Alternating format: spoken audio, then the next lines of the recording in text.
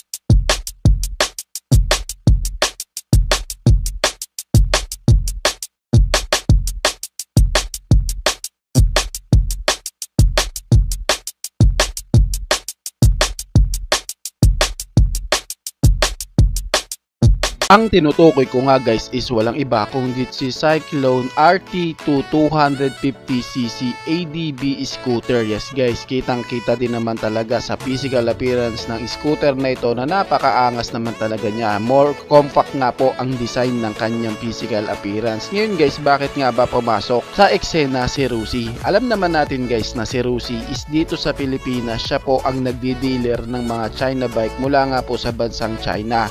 Siya nga po ang nagtatawid para nga po mai-market dito sa Philippine market ang mga motor galing nga po sa China. At si Cyclone nga po and Songzhen is ka-tie up nga po si Rusi para maglabas ng mga motor dito sa atin. At tulad nga po ng nabanggit, si Cyclone guys is malaki na nga po ang tiwala kay Rusi para nga po ilabas dito sa Pilipinas ang kanyang motor. Sa katunayan guys, meron na nga po siyang inilabas si Rusi dito sa Pilipinas na 400cc na nagmula nga po kay Cyclone. Kaya nga po pumasok sa eksena si Rusi kasi po may posibilidad na si Rusi nga po ang maglabas ng motorcycle na yan dito sa Pilipinas, ang ADB scooter na RT2 250cc na galing nga po kay Cyclone. Syempre kung titignan nga natin ang physical appearance ng ADB scooter na ito, makikitaan talaga natin siya guys ng napaka futuristic design, very compact, lalo na nga po yung kanyang headlight and yung kanya nga pong front design guys, makikita talaga na ADB looking talaga siya, para nga po siyang touring bike kung titingnan yung disenyo ng kanyang front design. Samahan mo pa sa kanyang magandang tindigan and bulky body shape, talaga nga pong napakaangas nga po ng pagkakagawa ng pagkakadisenyo sa motor na ito.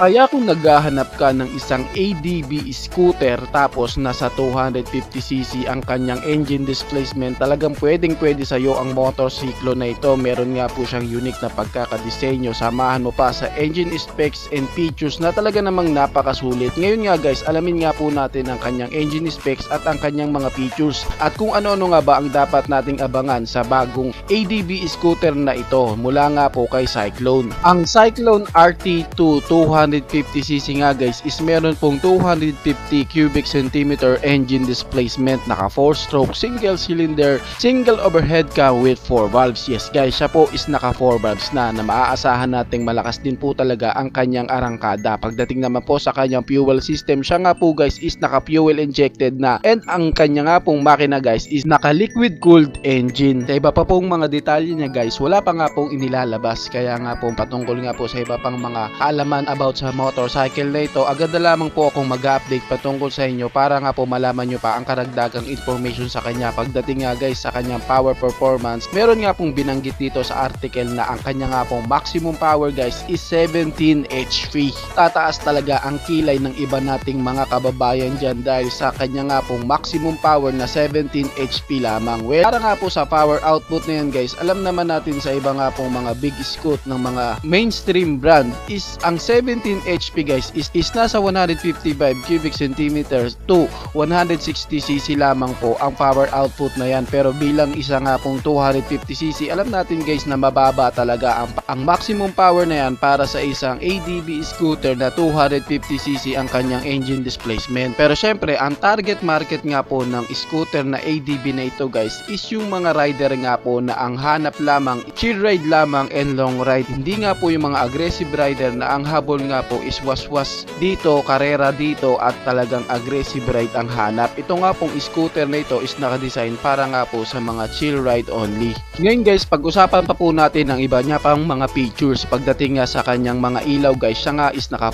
full LED na meron nga pong maangas na pagkakadisenyo ng kanyang headlight. Samahan mo pa po sa kanya nga pong adjustable na windshield na para nga po guys pag nag long ride ka, pwede mong ma-adjust ang windshield niya para nga po hindi direct tumama sa'yo ang hangin. Ngayon guys, pagdating naman po sa kanyang braking system, siya nga po is naka disc brake na sa harap and naka disc brake na rin sa likuran and meron na nga rin po siya guys na safety features na ABS o anti-lock braking system.